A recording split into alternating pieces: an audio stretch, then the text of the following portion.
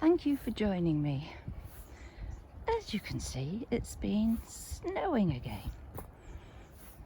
We are only in March, so I'm not quite sure why I and many others are surprised, because we often get more snow in March than we do in December. I can remember at university we had snow at the beginning of May in Sheffield. We were supposed to be doing a practical exercise, drawing and mapping a tennis court using instruments that we'd never used before. I'd been back home to Manchester for the weekend, and I was wearing black patent shoes, which really did not respond very well to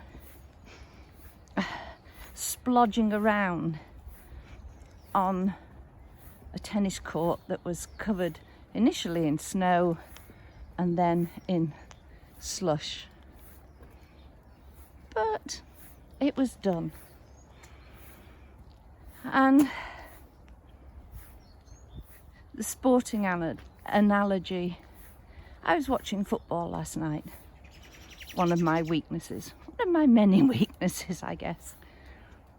And it was in Manchester on a very windy, sort of snowy evening. It looked rather parky. I didn't envy the players. Then I thought, hang on, how much are they earning for the time spent out there? And my sympathy sort of disappeared. But so many of us don't have a level playing field on which we have to get on with our life. There are molehills that come on it, or it seems to take a tilt, either downwards where we're going at a pace to try and keep up with ourselves, or upwards where we're struggling to climb the seeming mountain of keeping our lives together and sorting things out. And there are so many who are struggling like that with finances, to provide food, to provide heating. And yet we still have those with many, many millions in the bank who whinge, moan and complain. And I am naming no names, but I imagine that most of you know about whom I am talking. Shut up. That's my simple request, but that's not going to happen. So my playing field at present feels as if it's gone on a bit of a tilt, because I'm having to make quite a few changes in my life, and I'm getting my head round it, one step at a time, and I'll get there at my speed.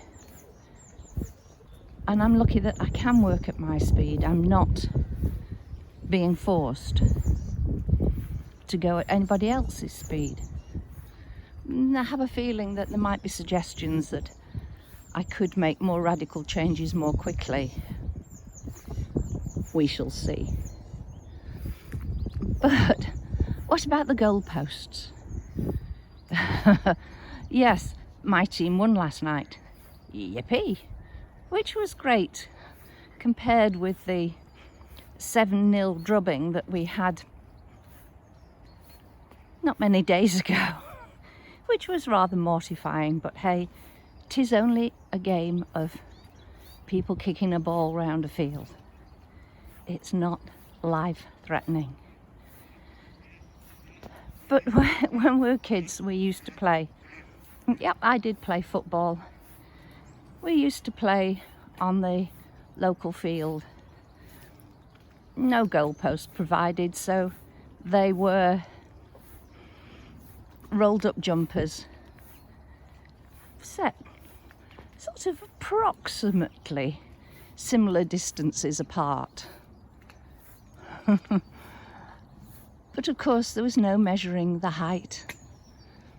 Oh, hello. No measuring the height or where the vertical posts would have been. So the claims of that was a goal could be rather skewed, depending on which side you were representing. And I guess life's like that. Sometimes we think, yeah, that's good, I've done that. Tick off the list. And then you'll find, well, no, actually there's still this to do, there's still that to do. Oh, bother.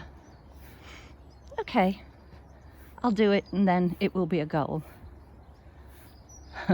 But sometimes, of course, we score own goals and you just have to bite the bullet, accept it, and get on.